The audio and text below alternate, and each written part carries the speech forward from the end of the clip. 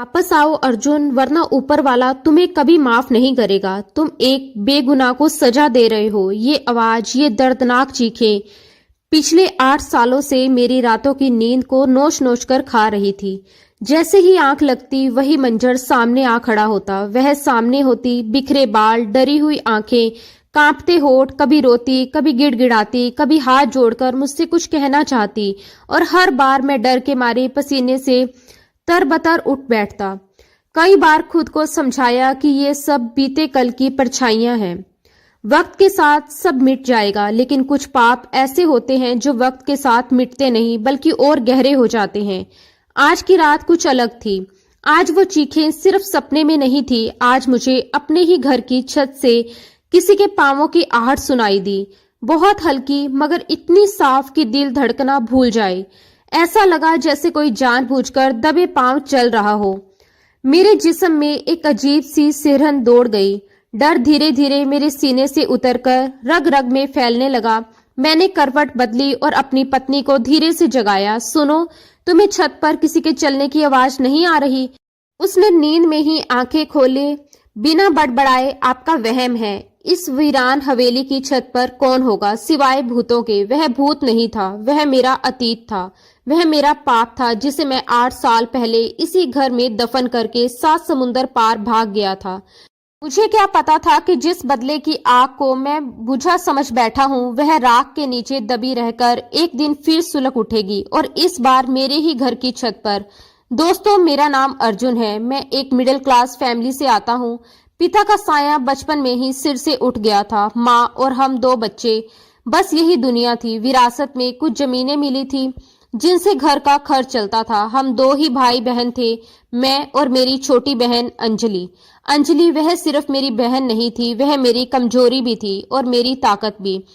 वह मेरा माँ की तरह ख्याल रखती थी, मेरे लिए पूरा संसार थी। पिता की मोहब्बत कैसी होती है ये तो मुझे कभी महसूस ही नहीं करने दिया गया, मगर अंजलि की एक मुस्कान मेरे सारे जख्म भर देती थी। उसकी जुबान से कोई इच्छा निकलने से पहले ही उसे पूरा करना मैं अपना फर्ज नहीं बल्कि अपना धर्म समझता था। हमारे छोटे से घर में सुकून था, अपनापन था, लेकिन माँ की एक ही चिंता थी, अंजलि की शादी। वह बार बार कहती, अर्जुन बेटा, अब अंजलि बड़ी हो गई है, लड़कियों की उम्र निकल जाए तो अच्छे रिश्ते नहीं मिलते, अब इसकी शादी कर देनी चाहिए। उस रात भी खाने की मेज पर वही बात छिड़ी। मैंने लापरवाही से निवाला तोड़ते हुए कहा, माँ, अभी वह बच्ची है, कॉलेज ही खत्म किया है, मुझे भी थोड़ा वक्त दीजिए, अपना बिजनेस ठीक से खड़ा कर लूं, फिर बहन की शादी ऐसे करूंगा कि पूरा शहर याद रखे।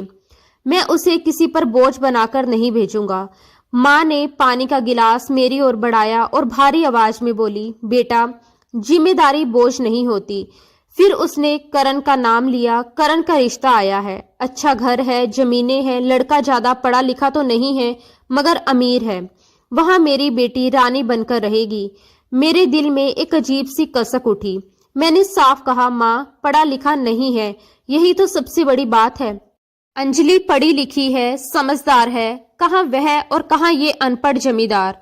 दोनों की सोच ही नहीं मिलेगी। मैंने अपना मत रख दिया था, मगर माँ की जिद और अंजलि के सुनहरे भविष्य के सपनों के आगे मेरी एक न चली। माँ मानती थी कि पैसा और सुविधाएं ही औरत की असली खुशकिस्मती होती है। उधर करण के घर वाले भी तुरंत मान गए। वे अमीर थे, समाज में उनकी पहचान थी, और शायद माँ उसी चमक दमक में सब कुछ भूल बैठी थी। मैं सब कुछ इतनी जल्दी नहीं चाहता था, लेकिन माँ की खुशी और अंजलि की खामोश रजामंदी देखकर मैंने भी चुप्पी ओढ़ ली। सगाई हुई और फिर पलक झपकते ही शादी की तारीख तय हो गई। शादी वाले दिन घर में रौनक थी, शोर था, हंसी खुशी का माहौल था। मेरी बहन दुल्हन बनी तो सचमुच चांद का टुकड़ा लग रही थी, मगर उसकी आंखों में एक गहरी उदासी छिपी थी जिसे शायद मेरे सिवा कोई नहीं देख पा रहा था। जब मैंने प्यार से उसके सर पर हाथ रखा तो उसने मेरा हाथ कसकर पकड़ लिया। उसके हाथ बर्फ की तरह ठंडे थे। मैंने धीरे से पूछा, क्या हुआ अंजलि, तुम खुश तो हो ना? वो नजरें झुकाकर हल्की सी मुस्कान लाई और बोली, भैया, आप और माँ खुश हैं तो मैं भी खुश हूँ, बस दिल बहुत घबरा रहा है। ऐसा लग रहा है जैसे मैं किसी अनजान देश जा रही हूँ जहां से लौटने का कोई रास्ता नहीं है। उसके शब्द मेरे दिल पर हथौड़े की तरह पड़े। मैंने उसे गले लगा लिया और खुद को मजबूत दिखाते हुए कहा, पगली, तुम्हारा भाई अभी जिंदा है। अभी ससुराल जा रही हो, दुनिया खत्म नहीं हो रही। ये भी तुम्हारा घर रहेगा और वो भी। जब मन करे मैं तुम्हें लेने आ जाया करूंगा। करण अच्छा लड़का है, तुम्हें बहुत खुश रखेगा। विदाई का समय आया तो पूरा घर रो पड़ा। अंजलि मां से लिपटकर इस तरह रोई कि देखने वालों की आंखें भी भर आई। जब वह गाड़ी में बैठने लगी तो उसने पलटकर मुझे देखा। उसकी आंखों में एक अनकही फरियाद थी, एक ऐसी सवाल था जिसका जवाब मेरे पास नहीं था। गाड़ी धूल उड़ाती हुई चली गई और मैं दरवाजे पर खड़ा उसे जाता देखता रहा। मैं देर तक वहीं खड़ा रहा जैसे मेरे पांव जमीन में गड़ गए हों। गाड़ी आंखों से ओझल हो चुकी थी, मगर दिल मानने को तैयार नहीं था कि मेरी बहन अब सच में इस घर से दूर जा चुकी है। उस पल मुझे जरा सी भी खबर नहीं थी कि मैंने अपनी फूल सी बहन को विदा नहीं किया, बल्कि अपने ही हाथों से उसे नरक के हवाले कर दिया है। अगर मुझे भविष्य की एक झलक भी दिख गई होती तो शायद मैं उसी वक्त सब कुछ छोड़कर उसे वापस खींच लाता। कुछ दिन गुजर गए थे। हर दिन मैं खुद को यही समझाता रहा कि अंजलि अब अपने नए घर में खुश होगी। ये सोचकर ही दिल को तसल्ली मिल जाती थी। फिर एक दिन मैं मिठाई और गिफ्ट्स लेकर अंजलि के ससुराल चला गया। बड़ी हवेली थी, ऊंचे लोहे के गेट, चौड़ी दीवारें, हर तरफ फैला दिखावा। नौकर चाकर इधर उधर भागते नजर आ रहे थे। बाहर से देखने पर सब कुछ परफेक्ट था, जैसे माँ ने सपनों में देखा था। ड्राइंग रूम में कदम रखते ही मेरी नजर करण पर पड़ी। वह बड़े घमंड भरे अंदाज में हुक्का पीते हुए बैठा था, जैसे पूरी दुनिया उसी की जागीर हो।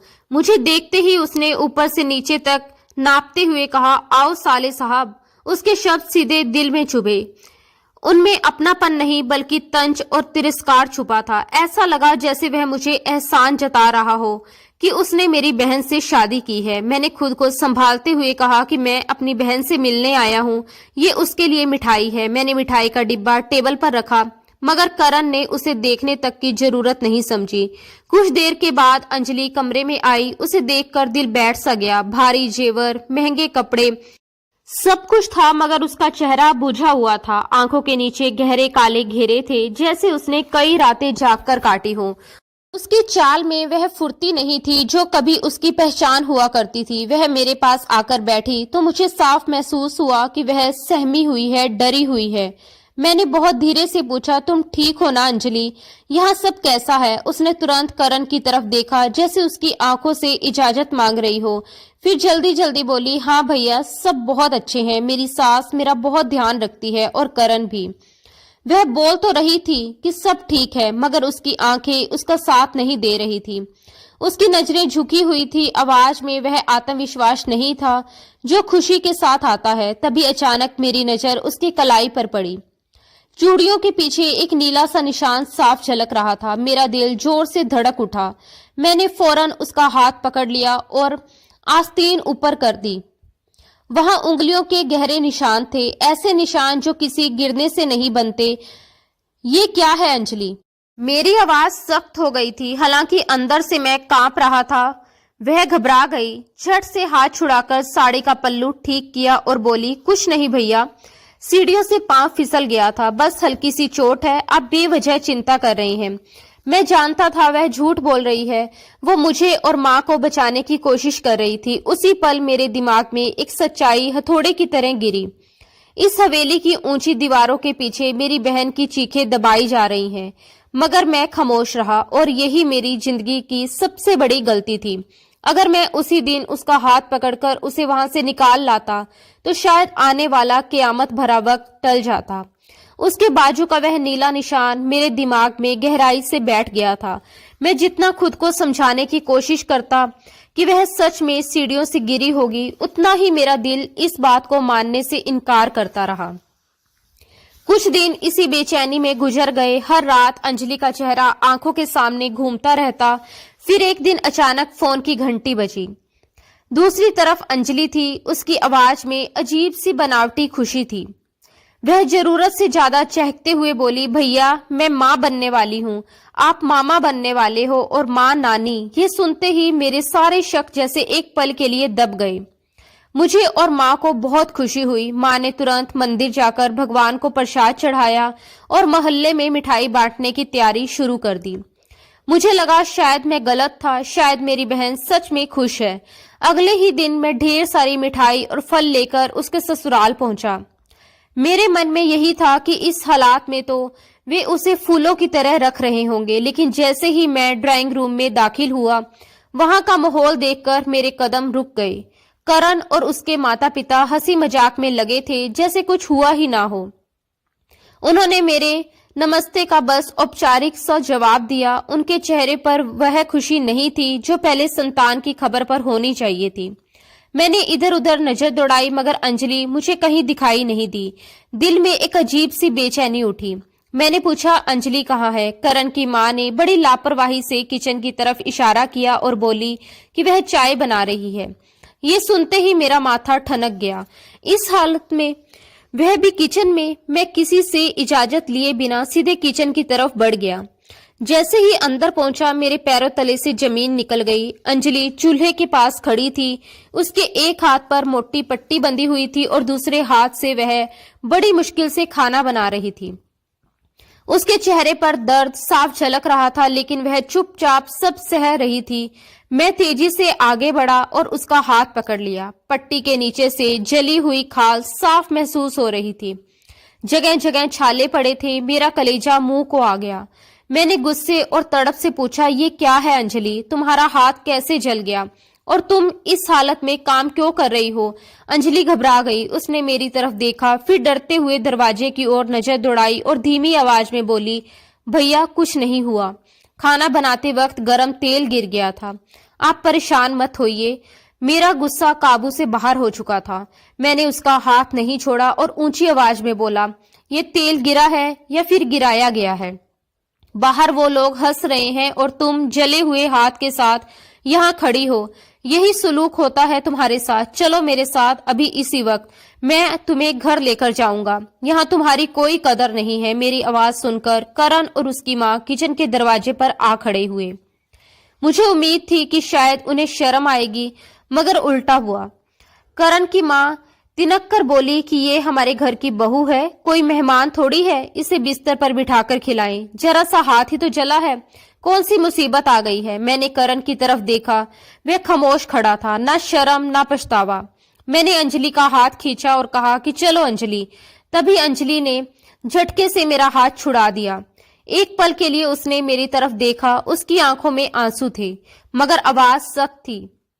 वो बोली, भैया मेरा बस जरा सा हाथ जला है, खाना बनाती हूँ तो जल गया। मैं अपने घर का काम ही कर रही हूँ, और आप कौन होते हैं मेरे घर में दखल देने वाले? मैं यहाँ बहुत खुश हूँ, आप जाइए यहाँ से। उसकी बात सुनकर मैं पत्थर का हो गया। जिस बहन के लिए मैं दुनिया से लड़ सकता था, उसी बहन ने गैरों के सामने मुझे बेइज्जत कर दिया था। मैं उसकी आंखों में छुपी मजबूरी नहीं देख पाया। मुझे सिर्फ अपनी इंसल्ट महसूस हुई। मैंने चुपचाप मिठाई का डिब्बा वहीं रखा और उल्टे कदम वापस लौट आया। घर पहुंचा तो माँ ने मेरे चेहरे की हालत देख ली और घबरा गई। उसने पूछा, क्या हुआ? अंजलि तो ठीक है ना? मैंने माँ से झूठ बोल दिया कि हाँ माँ, वो ठीक है, बहुत खुश है। मैं नहीं चाहता था कि माँ का दिल टूटे, मगर मेरे अंदर आग लग चुकी थी। मैंने फैसला कर लिया था कि अब मैं खुद अंजलि से कोई संपर्क नहीं रखूंगा। उसने मुझे मेरे ही मुकाम से गिरा दिया था। मैं अपनी ही ईगो के खोल में बंद होता चला गया। मुझे क्या पता था कि उसने वो शब्द मुझे दूर रखने और अपना घर बचाने के लिए कहे थे। वह अपनी जिम्मेदारी खुद उठाना चाहती थी। मेरी यही नाराजगी आने वाले वक्त में मेरी जिंदगी का सबसे बड़ा पछतावा बनने वाली थी। मैं अंजलि से बहुत नाराज था। मुझे लगता था उसने मुझे बेइज्जत करके घर से निकाल दिया है, जबकि मैं तो उसकी साइड ले रहा था। मैंने तय कर लिया कि अब पलटकर कभी उसे नहीं देखूंगा। फिर एक दिन अचानक फोन बजा। स्क्रीन पर अंजलि का नाम चमक रहा था। मैंने फोन देखा और मुंह फेर लिया। बड़बड़ाया कि अब क्यों फोन कर रही है? जब मैं मदद करना चाहता था तब तो मुझे जलील कर दिया था। मैंने कॉल नहीं उठाई। फोन कट गया, लेकिन अगले ही पल फिर से घंटी बजने लगी। इस बार फोन की आवाज मेरे दिल में अजीब सी घबराहट भरने लगी। ना जाने क्यों मेरे हाथ कांपने लगे, दिल जोर जोर से धड़कने लगा। जैसे ही मैंने कॉल उठाई, मेरे कानों में अंजलि की आवाज नहीं बल्कि उसकी दर्दनाक चीखें गूंज उठी। कोई उसे बेरहमी से पीट रहा था। एक आदमी की गुस्से से भरी ऊंची आवाज गूंज रही थी और वह आदमी कोई और नहीं बल्कि उसका पति करण था। करण चिल्ला रहा था कि आज तेरा किस्सा ही खत्म कर देता हूं, ना तू रहेगी ना तेरी ये मनहूसियत। उसी के साथ उसकी मां की जहरीली आवाज कानों में पड़ी, मार दे बेटा मार दे इस मनहूस को, इसकी वजह से घर के सारे काम उलट पुलट हो रहे हैं, इसने नाक में दम कर रखा है। फिर अंजलि की कांपती हुई टूटी हुई आवाज सुनाई दी, भगवान के लिए मुझे मत मारो, मेरे बच्चे का तो ख्याल करो, माँ माँ बचाओ मुझे। जवाब में एक जोरदार बेरहम हंसी गूंजी और वह औरत बोली, नाटक बंद कर अपने, करण इसका मुंह बंद कर दो, पड़ोसी सुन लेंगे। शायद फोन अंजलि के हाथ से गिर गया था या उसने किसी तरह छुपाकर मिलाया था, क्योंकि कॉल कटी नहीं थी, लाइन खुली थी। फिर ठक ठक की आवाजें आने लगी, जैसे किसी को बेरहमी से पीटा जा रहा हो। हर बार मेरे सीने पर पड़ रहा था और फिर एक भयानक रोंगटे खड़ देने वाली चीख और उसके बाद अचानक खामोशी, ऐसी खामोशी जो कान फाड़ देती है। मैं फोन पर पागलों की तरह चीखने लगा, हेलो हेलो अंजलि अंजलि, मगर दूसरी तरफ बिल्कुल सन्नाटा था। उस पल मैं अपने ऑफिस में था। बिना कुछ सोचे समझे, बिना जूते पहने मैं वहां से भाग पड़ा।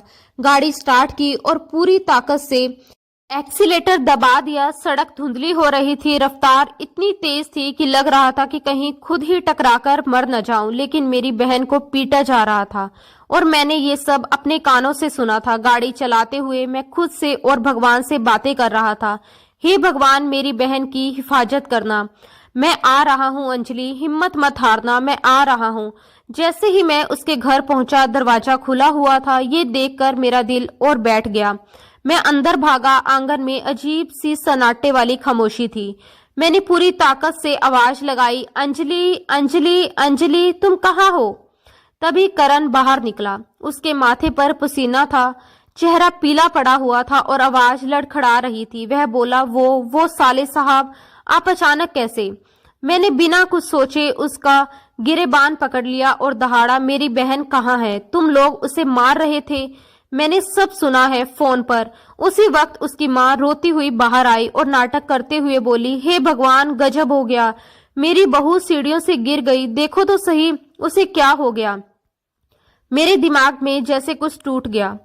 मैं उसे धक्का देकर अंदर कमरे की तरफ भागा। सामने जमीन पर अंजलि पड़ी हुई थी। उसका चेहरा बुरी तरह सूजा हुआ था, होंठ फटे थे जिनसे खून बह रहा था, आंखें खुली थी मगर उनमें जिंदगी की एक भी चमक नहीं बची थी। वह बेजान पड़ी थी। मेरी दुनिया वहीं थम गई। मैं उसके पास जमीन पर गिर पड़ा, उसे झंझोरते हुए रोने लगा, अंजलि उठो मेरी जान, देखो तुम्हारा भाई आ गया, उठो ना। जवाब में सिर्फ खामोशी थी। पीछे से करण की आवाज आई, हमने कुछ नहीं किया, ये सीढ़ियों से फिसल गई थी, सिर पर चोट लग गई। मैंने पलटकर उसे देखा, मेरी आंखों में आंसू नहीं थे, वहां सिर्फ खून उतर आया था। मैंने चीख कर कहा, अपनी बकवास बंद कर, सीढ़ियों से गिरने पर चेहरा नहीं सूझता, तुमने मेरी बहन को मार डाला, मैं तुम में से किसी को भी जिंदा नहीं छोड़ूंगा। मेरी आवाज सुनकर पूरा मोहल्ला जमा हो गया। लोग आपस में बातें करने लगे। तभी मेरी माँ भी रोती पीटती वहां पहुंच गई। वह अंजलि को देखकर वहीं गिर पड़ी। मैं जानता था मेरी बहन की मौत हादसा नहीं थी, उसे मारा गया था। मैंने लोगों की तरफ मुड़कर चीख चीख कर कहा, लोगों गवाह रहना, इन दरिंदों ने मेरी बहन का कत्ल किया है, ये सब झूठ बोल रहे हैं, वह गिरी नहीं है। मेरी बहन का अंतिम संस्कार हुआ तो मुझ पर जैसे क़यामत टूट पड़ी। माँ की हालत मुझसे देखी नहीं जा रही थी। जिस बहन को हमने लाड़ प्यार से पाला था, आज वह जुल्म की भेंट चढ़ चुकी थी। शमशान घाट से लौटते वक्त मेरा हर कदम भारी था, लेकिन मेरे दिल का इरादा चट्टान की तरह सख्त हो चुका था। मैंने ठान लिया था कि मैं इन गुनहगारों को कभी माफ नहीं करूंगा। मैं सीधा करण के घर के बाहर जाकर खड़ा हो गया और चीखा, बाहर निकलो करण। थोड़ी देर के बाद वह डरते डरते बाहर आया, उसके साथ उसका पिता भी था। मैंने आगे बढ़कर करण का गिरेबान पकड़ लिया और दहाड़ा, बेशर्म इंसान, अगर तुम मर्द होते तो किसी औरत पर हाथ ना उठाते। तुमने मेरी बहन को मार डाला है। मैं पुलिस में रिपोर्ट दर्ज करवाऊंगा और तुम सबको फांसी के फंदे तक लेकर जाऊंगा। तभी करण का पिता हाथ जोड़कर बोला, बेटा गुस्सा पी जाओ, पुलिस कचहरी में किसी का कुछ नहीं रखा, बैठकर बात कर लेते हैं, हमारी इज्जत का कुछ तो ख्याल करो। मैंने नफरत से उनका हाथ झटक दिया और दहाड़ कर कहा, इज्जत? कौन सी इज्जत? वो इज्जत जो तुम लोगों ने मेरी बहन को जान से मारकर मिट्टी में मिला दी। उसी वक्त मोहल्ले के कुछ बूढ़े और समझदार लोग इकट्ठा हो गए। किसी ने मेरा हाथ पकड़ा, किसी ने कंधे पर हाथ रखकर मुझे ठंडा करने की कोशिश की। थोड़ी देर बाद पंचायत बिठाई गई। पंचायत के बड़े सरपंच ने गंभीर आवाज में मेरी तरफ देखते हुए कहा, देखो अर्जुन बेटा, जो होना था वो हो चुका। अब अगर पुलिस केस करोगे तो दोनों परिवारों की बेइज्जती होगी। सोच समझ कर बताओ, तुम चाहते क्या हो? पैसे चाहिए या फिर कुछ और? मैंने एक एक चेहरे को देखा, फिर करण की आंखों में आंखें डालकर कहा, मुझे पैसे नहीं चाहिए, मुझे इंसाफ चाहिए। इन लोगों ने मेरी बहन पर जुल्म किया है और अब इस जुल्म की कीमत इन्हें चुकानी होगी। तभी एक बूढ़ा आदमी बोला, साफ साफ बात करो बेटा, आखिरी फैसला क्या है तुम्हारा? मैंने पत्थर जैसी सख्त आवाज में कहा, या तो मैं इन्हें कानूनी सजा दिलवाऊंगा और सजाए मौत तक लेकर जाऊंगा, या फिर इसके बदले में इन्हें अपनी बेटी की शादी मुझसे करनी होगी, वरना मैं कसम खाता हूं किसी को जिंदा नहीं छोड़ूंगा। मेरी बात सुनते ही पंचायत में ऐसा सन्नाटा छाया जैसे सबकी सांसें थम गई हो। करण के पिता के चेहरे का रंग उड़ गया। कांपती आवाज में बोले, ये तुम क्या कह रहे हो? ये कैसे मुमकिन है? मैंने गुस्से से कहा, यही मुमकिन है, जैसे मेरी बहन तुम्हारे घर आई थी और तुमने उस पर जुल्म किया, अब तुम्हारी बेटी मेरे घर आएगी, यही मेरा बदला है। अब फैसला तुम्हारे हाथ में है, या तो जेल की सलाखें या फिर बेटी का रिश्ता। पंचायत के लोग सिर झुकाए बैठे थे। सब जानते थे कि मेरे पास सबूत भी हैं और गवाह भी। अगर पुलिस केस हुआ तो पूरा परिवार सलाखों के पीछे जाएगा। सरपंच ने गहरी सांस लेते हुए कहा, प्रताप साहब, लड़का जिद पर अड़ा है, अगर जान और इकलौते बेटे को बचाना है तो इसकी शर्त माननी पड़ेगी। कुछ पल की खामोशी के बाद वह टूटे हुए स्वर में बोले, ठीक है, मैं तैयार हूं, अपनी बेटी की शादी इसके साथ कर दूंगा। ये सुनते ही मेरे होठों पर एक जहरीली मुस्कान फैल गई। दिल में मैंने कहा कि अब देखना करण, जिस दर्द से मेरी बहन गुजरी उसी आग में तुम्हारा घर जलेगा। मैं अपनी जिद पर अड़ा रहा और वे लोग अपनी इज्जत और बेटे की जान बचाने के लिए झुक गए। ये कोई शादी नहीं थी, ये एक सौदा था। एक बहन की लाश के बदले दूसरी बहन की जिंदगी। शादी पंचायत की मौजूदगी में बेहद सादे तरीके से हुई। न ढोल थे, न शहनाइयां, हर तरफ सिर्फ डर और नफरत तैर रही थी। पंडित ने मंत्र पढ़े तो खामोशी और भारी हो गई। जब लड़की को सामने लाया गया, उसकी सिसकियां पूरे आंगन में गूंज रही थी। वह रो रो कर सिंदूर भरवाने से मना कर रही थी। तब करण के पिता ने कांपते हाथ जोड़कर कहा कि बेटी, इस शादी को स्वीकार कर लो, मेरे बुढ़ापे की लाज रख लो। आंसुओं में डूबी आंखों से उसने हार मान ली। ये शादी उसकी मर्जी से नहीं, उसकी खुशियों की अर्थी थी। मुझे उसके रोने से कोई फर्क नहीं पड़ा। मेरी आंखों में अभी भी अंजलि का सूजा हुआ चेहरा उसकी बेजान देह घूम रही थी। मैं चाहता था कि ये भी तड़पे, इसका परिवार भी वही दर्द महसूस करे। विदाई के वक्त करण नजरें झुकाए मेरे सामने खड़ा था। मैं उसके पास से गुजरा और उसके कान में धीमी लेकिन जहरीली आवाज में कहा, आज तुमने अपनी बहन मुझे सौंप दी है। दुआ करना कि मैं उसके साथ वही ना करूं जो तुमने मेरी बहन के साथ किया है, लेकिन याद रखना, हिसाब मैं पूरा करूंगा।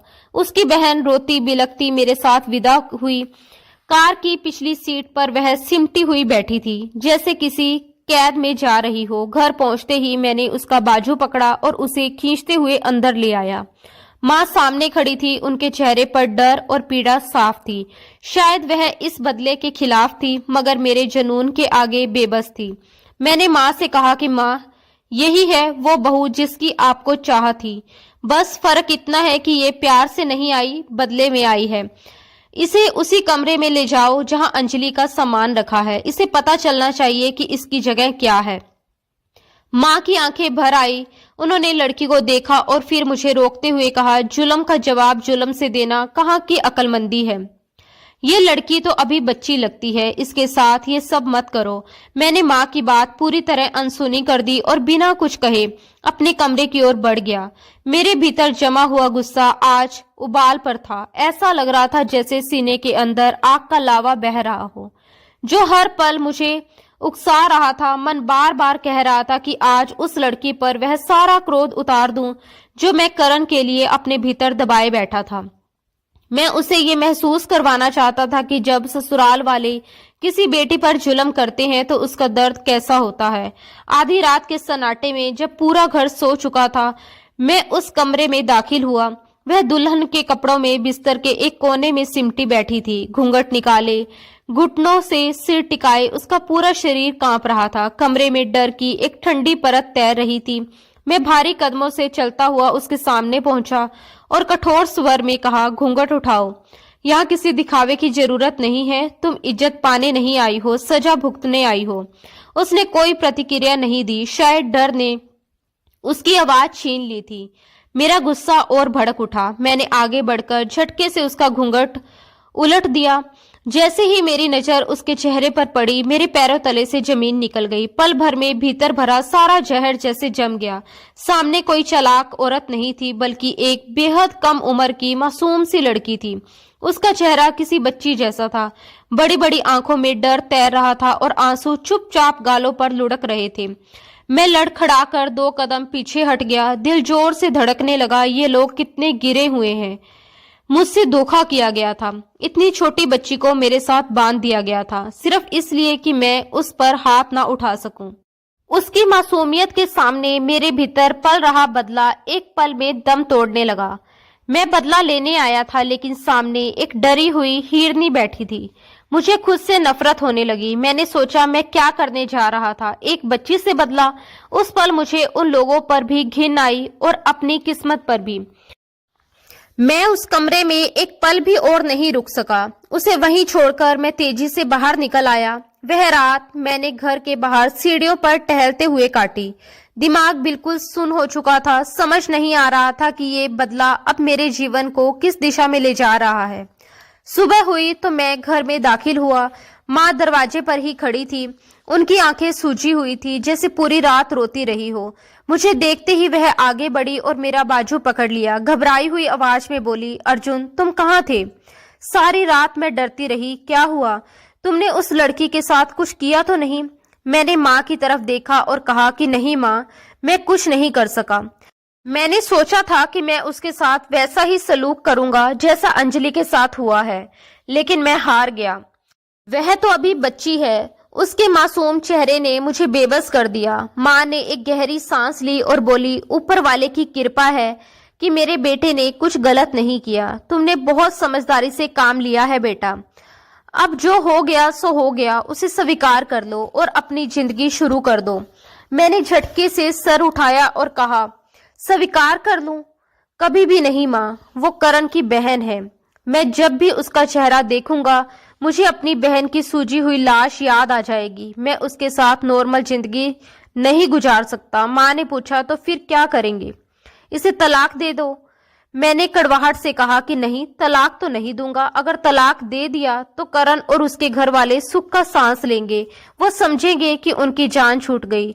मैं उसे तलाक नहीं दूंगा और ना ही उसे अपनी पत्नी होने का दर्जा दूंगा। वो इसी घर में रहेगी एक कैदी बनकर। यही उसकी सजा है। माँ घबरा गई थी और बोली, तुम कहना क्या चाहते हो? मैं उठकर खड़ा हुआ था। मैंने कहा कि मैं हिंदुस्तान छोड़कर जा रहा हूँ। मेरा वीजा लगा हुआ है और मुझे बिजनेस के सिलसिले में वैसे भी जाना ही था। मैं आज की टिकट करवा रहा हूँ। मैं इस घर में और इस लड़की के साथ एक पल भी नहीं रह सकता।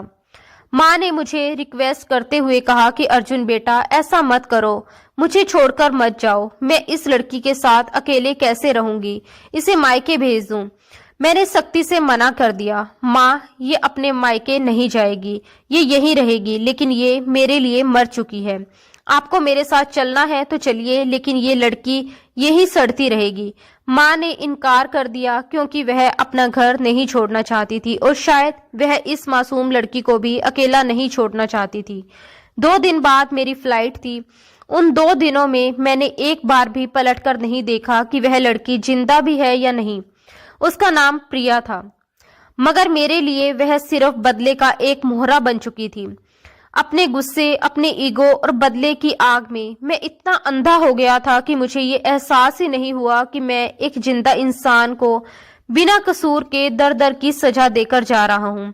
जाते वक्त मैंने माँ को साफ शब्दों में चेतावनी दे दी थी कि माँ, मुझे इस लड़की की कोई खबर नहीं चाहिए, ना आप कभी इसका जिक्र करेंगी और ना ही मैं इसके बारे में आपसे कुछ पूछूंगा।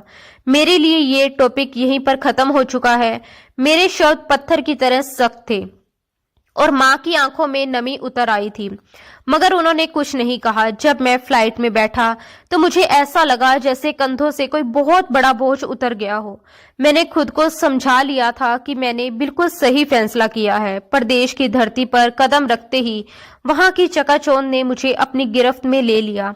मैं इतना व्यस्त हो गया कि हिंदुस्तान की वह हवेली, अंजलि की मौत और वह सजा काटती लड़की, सब कुछ धुंधला पड़ता चला गया। मैं लंदन आ चुका था। वहीं मेरी मुलाकात सायरा से हुई।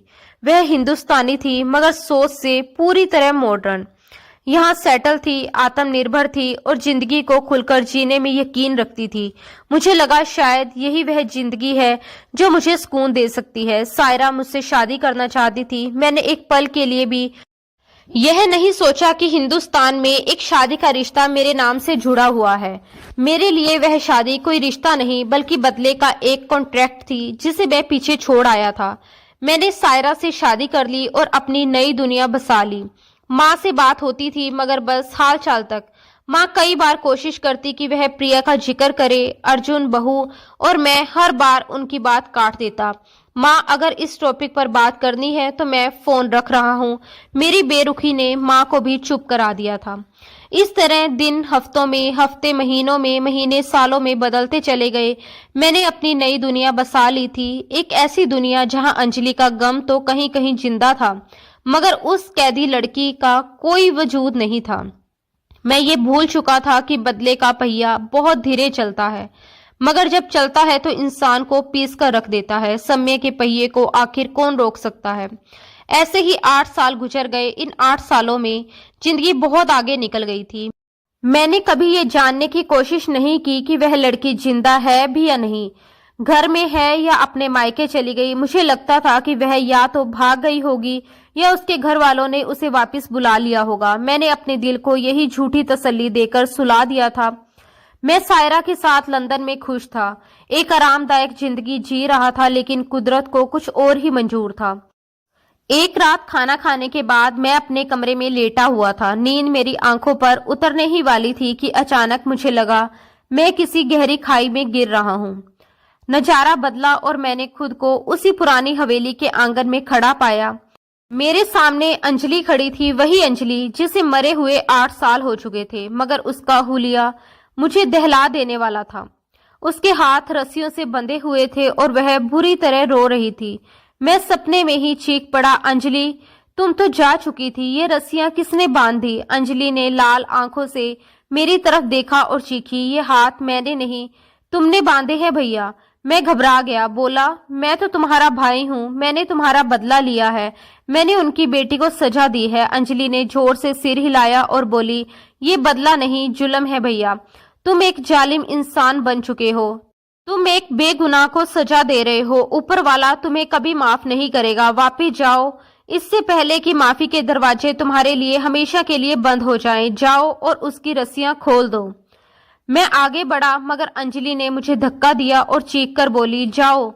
बस तभी मेरी आंख खुल गई थी। मेरा पूरा शरीर पसीने से भीगा हुआ था और दिल हथौड़े की तरह सीने में धड़क रहा था।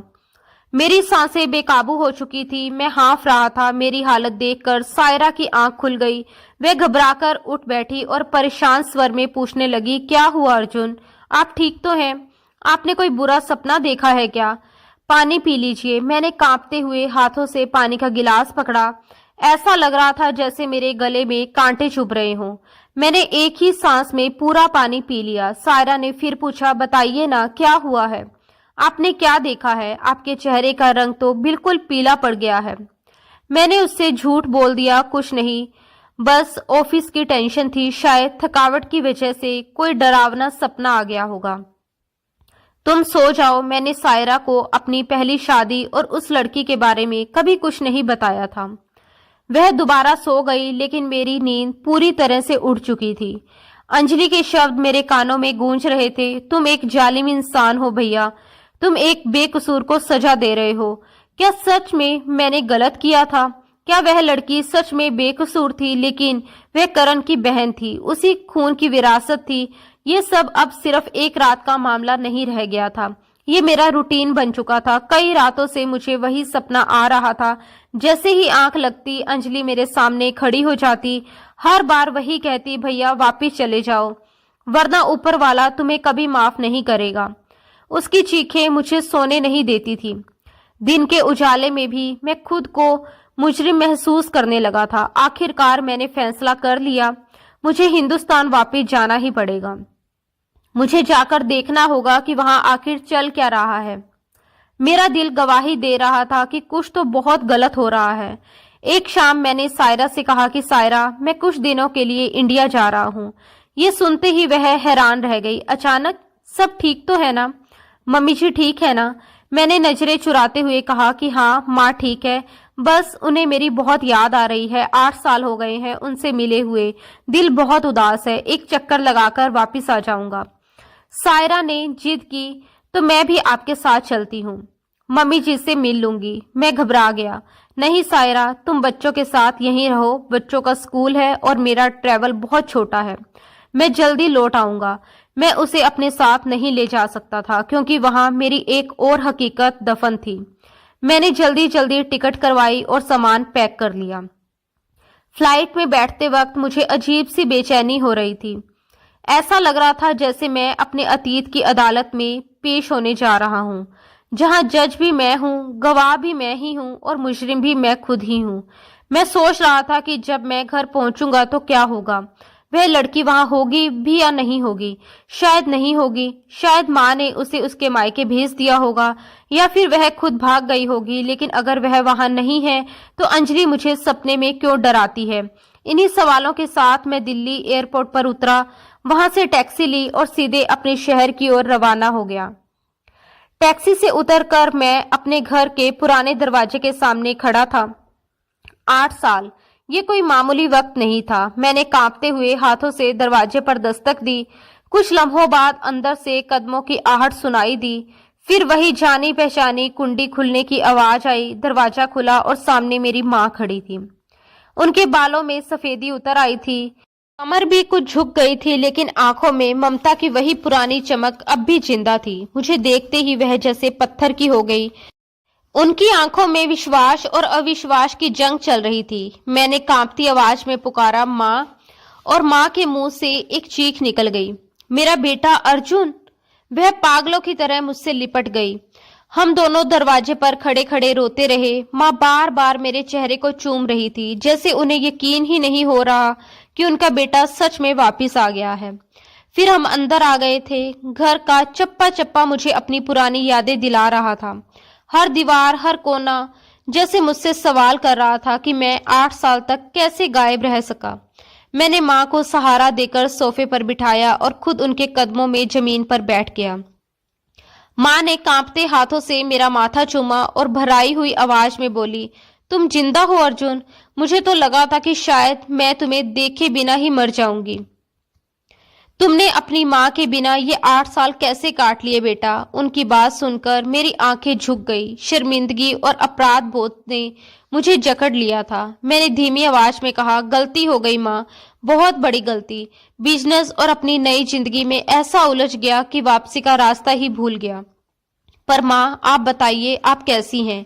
माँ ने गहरी ठंडी आह भरी, जैसे मेरे दिल के अंदर जमा सारा दर्द उसी सांस के साथ बाहर निकल आया हो। बेटा, बस जी रही हूँ तुम्हारी आस पर। हर दिन यही सोचकर आंख खुलती थी कि शायद आज मेरा बेटा लौट आए। अब तुम आ गए हो तो मेरी जान में जान आ गई। हम दोनों काफी देर तक बातें करते रहे।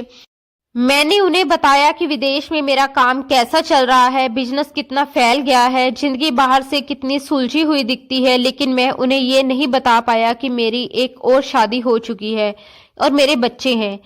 यह सच अभी भी मेरे गले में अटका हुआ था। मेरे दिल में एक सवाल लगातार कांटे की तरह चुभ रहा था। मेरी नजरें बार बार घर की दीवारों, आंगन और गलियारे की तरफ जा रही थी, जैसे मैं किसी साए को ढूंढ रहा हूँ। जब मेरे अंदर का सब्र जवाब दे गया तो मैंने हिम्मत जुटाकर पूछा, माँ, वो लड़की कहाँ है? प्रिया, करण की बहन, कहीं नजर नहीं आ रही? क्या वह मायके गई हुई है? मेरा सवाल सुनते ही माँ के चेहरे का रंग उड़ गया, जैसे उनके चेहरे पर एक पल के लिए कोई और ही भाव उतर आया हो। वह कुछ लम्हे तक खामोश रही और फिर नजरें चुरा ली।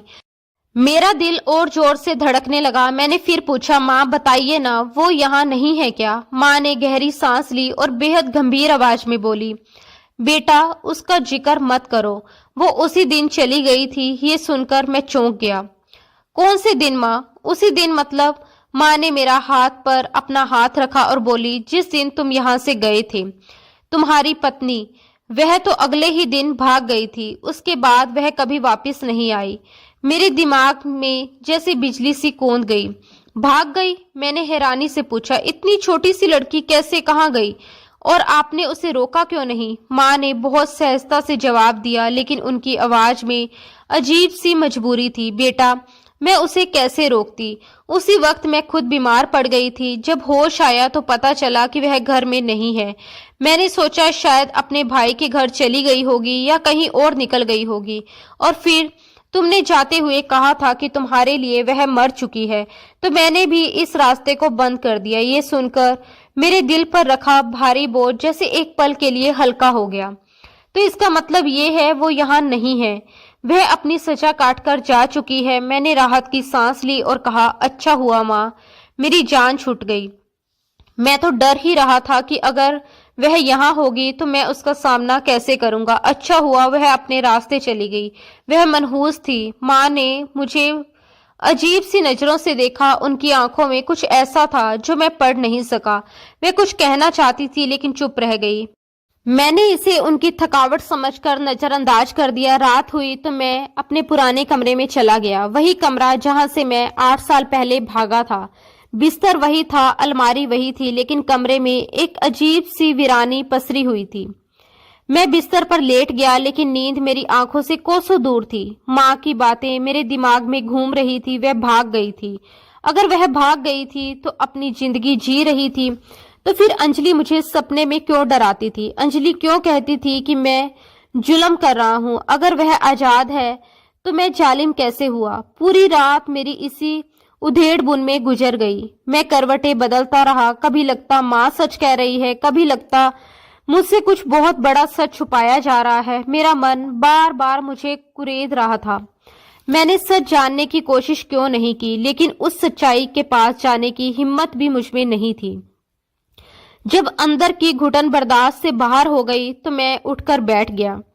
कमरे की दीवारें जैसे मुझे काटने को दौड़ रही थी। हर सांस भारी लग रही थी। मैंने पानी पिया, लेकिन गला फिर भी सूखता ही चला गया। दिल की धड़कन कानों में गूंजने लगी थी। मैं खुद से बार बार कह रहा था कि नहीं अर्जुन, ये सब वहम है। तुम्हारी माँ क्यों झूठ बोलेगी? प्रिया चली गई है, अब बेफिक्र हो जाओ। लेकिन सुकून नाम की चीज मुझसे कोसों दूर थी। दिल अजीब तरह से धड़क रहा था, जैसे किसी अनजाने खतरे की आहट हो। मुझे लग रहा था कि अगर मैं उस कमरे में एक पल और रुका तो घुटकर मर जाऊंगा। मुझे खुली हवा चाहिए थी। मैंने फैसला कर लिया कि छत पर चला जाता हूँ। शायद ठंडी हवा मेरे दिमाग को कुछ राहत दे दे। मैं धीरे से कमरे से निकला, इस ख्याल के साथ कि माँ की नींद ना खुले। कदम संभाल संभाल कर सीढ़ियों की तरफ बढ़ा रहा था। मुझे क्या पता था कि छत पर हवा नहीं, बल्कि एक ऐसा तूफान मेरा इंतजार कर रहा है। एक ऐसा सच जो मेरी पूरी जिंदगी की नींव हिलाकर रख देगा। वह सच जिसे माँ ने 8 साल तक मुझसे छुपा कर रखा था और जो अब मेरे सामने आने ही वाला था। मैं बेचैनी के साथ छत पर पहुंच गया। रात का पिछला पहर था। आसमान में तारे चमक रहे थे, मगर मेरे दिल के अंदर घोर अंधेरा पसरा हुआ था। ठंडी हवा चल रही थी, लेकिन मेरे भीतर जलता लावा बुझने का नाम नहीं ले रहा था। मैं छत पर इधर उधर टहलने लगा। नींद तो जैसे मेरी आंखों से दुश्मनी कर बैठी थी। बार बार माँ के शब्द मेरे कानों में गूंज रहे थे। वो भाग गई थी। मैं खुद से सवाल करने लगा, अगर वह सच में भाग गई थी तो मेरा मन इस बात को मान क्यों नहीं रहा? अंजलि मेरे सपनों में बार बार क्यों आ रही है? क्यों हर बार वही कहती है कि मैं जुल्म कर रहा हूँ? यकीनन कुछ ऐसा है जो मुझसे छुपाया गया है। चलते चलते मैं छत के उस कोने में पहुंच गया जहां पानी की टंकी बनी हुई थी। वहां अंधेरा कुछ ज्यादा ही था। अचानक मुझे महसूस हुआ कि टंकी के पीछे कोई साया हिला है। मेरा दिल जोर जोर से धड़कने लगा। मैंने कड़कती आवाज में पूछा, कौन है वहां? कोई जवाब नहीं आया, बस हवा की सरसराहट सुनाई दे रही थी। मैंने जेब से मोबाइल निकाला और टॉर्च ऑन कर दी। जैसे ही रोशनी टंकी के पीछे पड़ी, मेरे पैरों तले से जमीन निकल गई।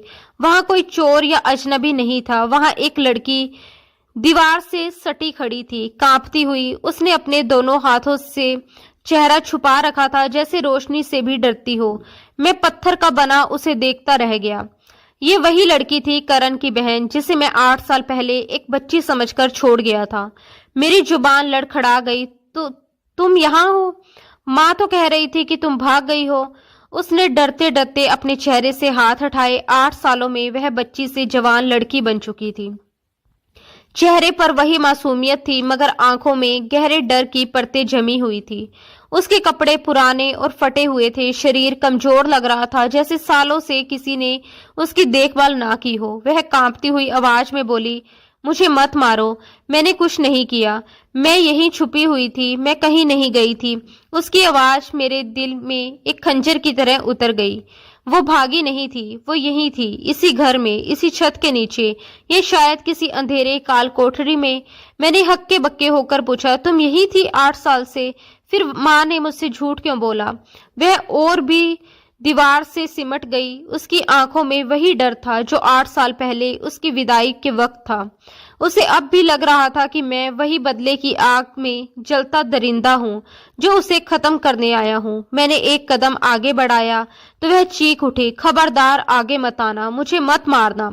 मैं आपके आगे हाथ जोड़ती हूँ, मुझे माफ कर दो, मुझे छोड़ दो। मैं वहीं रुक गया। उसकी हालत देखकर मेरा कलेजा मुंह को आ गया। मैंने ये क्या कर दिया था? एक जिंदा इंसान को मैंने मरा हुआ समझ लिया था। एक बेगुनाह को एक ऐसी सजा दी थी कि उसे अपनी मौजूदगी तक छुपानी पड़ रही थी। मैंने बेहद नरम आवाज में कहा कि डरो मत प्रिया, मैं तुम्हें मारने नहीं आया हूँ। मैं बस ये जानना चाहता हूँ कि तुम यहाँ कैसे हो। माँ तो कह रही थी कि तुम अगले ही दिन भाग गई थी। वह फूट फूट कर रोने लगी। मैं कहाँ जाती? ये मेरा घर नहीं, ये कैद खाना है। माँ जी ने मुझे छुपाकर रखा हुआ था ताकि आप मुझे ना देख लें। उन्हें डर था कि अगर आपने मुझे देख लिया तो आप मुझे जान से मार देंगे। उसके शब्द मेरे शरीर पर बिजली बनकर गिरे। मेरी अपनी ही माँ ने मुझसे इतना बड़ा सच छुपाया था। इस लड़की को बचाने के लिए उसे दुनिया की नजरों से ओझल कर दिया था। मुझे 8 साल तक अंधेरे में रखा। मैं इस लड़की के करीब गया तो वह हाथ बांधकर मेरे सामने खड़ी हो गई। वह बिल्कुल मुजरिमों की तरह सर झुकाकर खड़ी थी। वह कांपती हुई आवाज में बोली, मेरे साथ कुछ मत करना, मेरा कोई कसूर नहीं है। मैं उसके चेहरे को देख रहा था। उसकी आंखों में हैरानी, मायूसी और एक अनकही दास्तान झलक रही थी।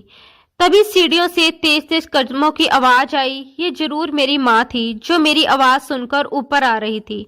उनकी सांसें फूली हुई थी और जैसे ही उन्होंने ये नजारा देखा तो उनका चेहरा उतर गया।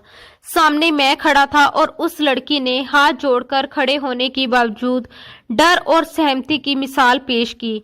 वह राज जो 8 साल पहले इस हवेली की दीवारों में दफन था, आज मेरे सामने उजागर हो चुका था। माँ की सांसें ऊपर नीचे हो रही थी, शायद सीढ़ियां चढ़ने की थकान नहीं बल्कि डर की वजह से।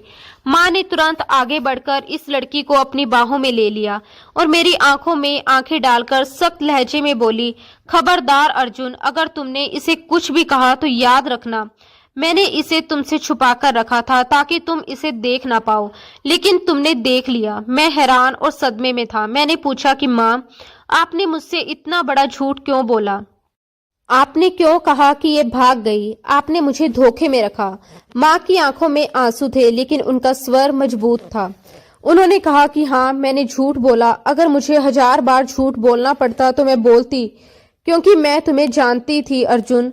उस समय तुम्हारे सर पर बदले का जुनून ऐसा था कि तुम इस बच्ची को जिंदा नहीं छोड़ते। मैंने इसे तुम्हारे जुल्म से बचाने के लिए झूठ बोला। माँ ने सहमी हुई लड़की के कंधे पर हाथ रखा और रोते हुए कहा, ध्यान से देखो अर्जुन, ये वह मुजरिम नहीं है जिसे तुम ढूंढ रहे हो। यह बिल्कुल बेगुनाह है। जो कुछ किया है इसके भाई करण और घर वालों ने किया है। इस लड़की ने कुछ नहीं किया। इसने तो अपने भाई को भी नहीं कहा कि वह जुल्म करे। ये तो खुद वहां लाचार थी। मेरी नजर उस लड़की पर टिक गई। वह माँ के पीछे मुंह छुपाए सिसक रही थी। उसके डरे हुए शरीर को देखकर मुझे अपनी बहन की याद आ गई। माँ ने आगे कहा, ये बिना कसूर के 8 साल की सजा काट चुकी है। तुम परदेश में अपनी जिंदगी जी रहे थे, ऐश कर रहे थे, और ये यहाँ इस छत पर इस 4 दीवारी में कैद थी। इसलिए ना धूप देखी, ना बाहर की दुनिया, ना ये अपने मायके गई। इसने सिर्फ इसीलिए सब्र किया क्योंकि ये तुम्हारी पत्नी थी, तुम्हारे बंधन में बंधी हुई थी। ये मेरे बुढ़ापे का सहारा बनी रही, मैं इसकी ढाल। माँ ने रोते हुए हाथ जोड़ लिए और कहा, अब बस कर दो अर्जुन, भगवान के लिए बस कर दो। अब इसके लिए और सजा मत लिखना। माँ के शब्द मेरे दिल पर हथौड़े की तरह गिरे। मेरे अंदर का वह सख्त मजबूत इंसान, बदले का पुतला, उसी पल ढेर हो गया। मुझे अंजलि का वह सपना याद आ गया। वह सही कहती थी, मैं जालिम था। मैंने एक ऐसी लड़की से बदला लिया था जिसका कोई गुनाह नहीं था। करण ने मेरी बहन पर जुल्म किया और मैंने उसकी बहन पर। हम दोनों में फर्क ही क्या था? हम दोनों एक ही दायरे में थे। ये सोचते ही मेरी आंखों में आंसू बहने लगे। मैं वहीं घुटनों के बल बैठ गया। मेरा सारा घमंड मिट्टी में मिल चुका था। मैंने रोते हुए माँ के पैर पकड़ लिए और कहा, मुझे माफ कर दो माँ। मैं अंधा हो गया था। बदले की आग में इतना आगे निकल गया कि मुझे अच्छे बुरे की पहचान ही नहीं रही। मैंने एक मासूम जिंदगी बर्बाद कर दी। फिर मैंने उस लड़की की तरफ देखा जो अब भी डरी हुई थी और समझ गया कि 8 साल की जंग के बाद भी उसकी मासूमियत में कोई कमी नहीं आई थी। वह अभी भी सिमटी हुई खड़ी थी, अपने हाथ जोड़कर। वह डर से कांपती हुई। मैंने हाथ जोड़कर उससे कहा कि मुझे माफ कर दो। मैं जानता हूं कि मेरे गुनाह की शायद कोई माफी नहीं है। मैंने तुम्हारी जिंदगी के सबसे बेहतरीन साल, तुम्हारी जवानी और तुम्हारे सपने बेरहमी से बर्बाद कर दिए। मैं तुम्हें वो खुशियां लौटाकर नहीं दे सकता जो तुमसे मैंने छीन ली है, लेकिन मैं दिल से वादा करता हूं कि आज के बाद तुम्हें कभी कोई दुख नहीं दूंगा। आज के बाद तुम कैदी नहीं हो, ना इस घर की, ना मेरे गुस्से की।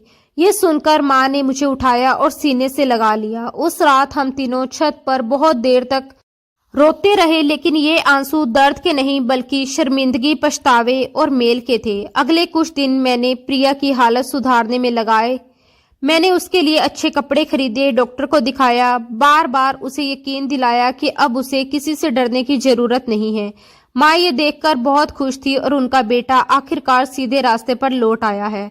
लेकिन मेरे लिए परीक्षा अभी खत्म नहीं हुई थी। मुझे वापस जाकर अपनी दूसरी पत्नी सायरा को भी सारा सच बताना था। ये मेरे जीवन का सबसे मुश्किल समय था, लेकिन अब मैं झूठ की बुनियाद पर बनी जिंदगी और नहीं जीना चाहता था। कुछ समय बाद मेरी माँ की मृत्यु हो गई। वह इस सुकून के साथ दुनिया से गई कि मैंने प्रिया को अपनाया और उसकी जिंदगी बचा ली। माँ के जाने के बाद मैं प्रिया को अपने साथ लंदन ले आया। वहां जाकर मैंने सायरा को सब कुछ सच सच बता दिया। अपनी पहली शादी, अपने बदले की अंधी आग, अपनी गलती और प्रिया की बेगुनाही के बारे में। मैंने उसे ये भी बताया कि प्रिया आज भी मेरी पत्नी है, लेकिन वह हमेशा मुझसे डरी सहमी रही, जैसे मैं पति नहीं बल्कि उसका डर हूँ। ये सब सुनकर सायरा बुरी तरह टूट गई। वह रोई चिल्लाई, क्योंकि उसके हिसाब से मैंने उसके साथ बहुत बड़ा धोखा किया था। भले ही मेरी पहली शादी किसी मजबूरी में हुई हो, लेकिन सच छुपाना मेरी सबसे बड़ी गलती थी और मैं उसे स्वीकार कर रहा था। प्रिया एक बेहद समझदार लड़की निकली। उसने खुद फैसला किया कि वह मेरे साथ पत्नी बनकर नहीं रहेगी। वह किसी शादीशुदा और बच्चों वाली औरत का घर नहीं तोड़ना चाहती थी। इसलिए उसने मुझसे कहा कि मैं उसे तलाक दे दूं और हम अपने अपने रास्ते अलग कर लें। मैं उसे अब और सजा नहीं देना चाहता था, इसलिए मैंने तय किया कि अगर वह मेरे साथ नहीं रहना चाहती और मैं सायरा को छोड़ नहीं सकता, तो मुझे प्रिया के लिए सही फैसला करना होगा। मैंने और सायरा ने मिलकर लंदन में ही उसके लिए एक अच्छा रिश्ता देखा और उसकी शादी तय कर दी। मैंने प्रिया को तलाक दे दिया और जब तक उसकी शादी नहीं हो गई तब तक उसकी पूरी जिम्मेदारी उठाई। प्रिया को इस फैसले से कोई आपत्ति नहीं थी, क्योंकि वह किसी औरत का घर खराब नहीं करना चाहती थी। हालांकि सच्चाई ये थी कि उसके साथ सबसे बड़ा जुल्म मैंने किया था। मैंने अपनी गलतियों को हर तरह से सुधारने की कोशिश की। आज प्रिया एक खुशहाल जिंदगी जी रही है। उसकी शादी लंदन में मेरे एक बिजनेस पार्टनर से हो चुकी है और मैं भी सायरा और अपने बच्चों के साथ खुश हूँ। आज भी जब मैं प्रिया को देखता हूँ तो मुझे सुकून मिलता है कि उसके चेहरे से डर मिट चुका है और वह अपनी जिंदगी में सेटल हो चुकी है। करण और उसके परिवार का क्या हुआ ये मैं नहीं जानता, क्योंकि मैंने कभी पलटकर उन्हें नहीं देखा। ये मामला मैंने ऊपर वाले पर छोड़ दिया। सुना है कि वे औलाद के सुख को तरसते रहे और बीमारियों ने उन्हें घेर लिया, लेकिन अब इससे मुझे कोई खुशी नहीं होती। जब भी मैं अकेला बैठता हूँ तो यही सोचता हूँ कि बदले की आग में उतरकर मैं कितनी दूर निकल गया था। मैं समझता था कि बदला लेकर सुकून मिलेगा, लेकिन बदले ने मुझे पछतावे और गुनाह के अलावा कुछ नहीं दिया। मैं एक बेकसूर की जिंदगी बर्बाद करने पर उतर आया था। शायद ऊपर वाले के फैसले सबसे बेहतर होते हैं। अगर माँ इस लड़की को छुपा ना पाती तो शायद मैं उसका कातिल बन जाता। अब सारे बिगड़े हुए मामले सुलझ चुके हैं और मैंने अपनी गलतियों को सुधार लिया है। मैंने सीखा है कि बदला लेना हमारा काम नहीं है, इंसाफ करना हमारा कर्म है। असली बहादुरी माफ करने में है और अपना मामला ऊपर वाले के हवाले कर देने में है। आज मैं बेफिक्र हूँ, मेरा परिवार भी सलामत है और प्रिया भी अपने पति के साथ अपनी जिंदगी में खुश है। मेरी बहन अब मेरे सपनों में नहीं आती। शायद उसे भी यकीन हो गया है कि उसका भाई अब जालिम नहीं रहा। दोस्तों, मुझे उम्मीद है कि हमारी ये कहानी आपके दिल को छू गई होगी। अगर आपको ये कहानी पसंद आई हो तो कृपया वीडियो को लाइक जरूर करें और हाँ, अगर आप हमारे चैनल पर नए हैं तो चैनल को सब्सक्राइब करना ना भूलें और नोटिफिकेशन बेल को दबाएं ताकि हमारी अगली कहानी की हर अपडेट सबसे पहले आपको मिले। आपका प्यार भरा साथ और सपोर्ट ही हमें और भी कहानियां साझा करने की प्रेरणा देती है। याद रखिए, हर कहानी में एक संदेश छिपा होता है और आपकी प्रतिक्रिया हमें वह संदेश और भी सुंदर तरीके से साझा करने में मदद करती है। धन्यवाद दोस्तों। राधे राधे।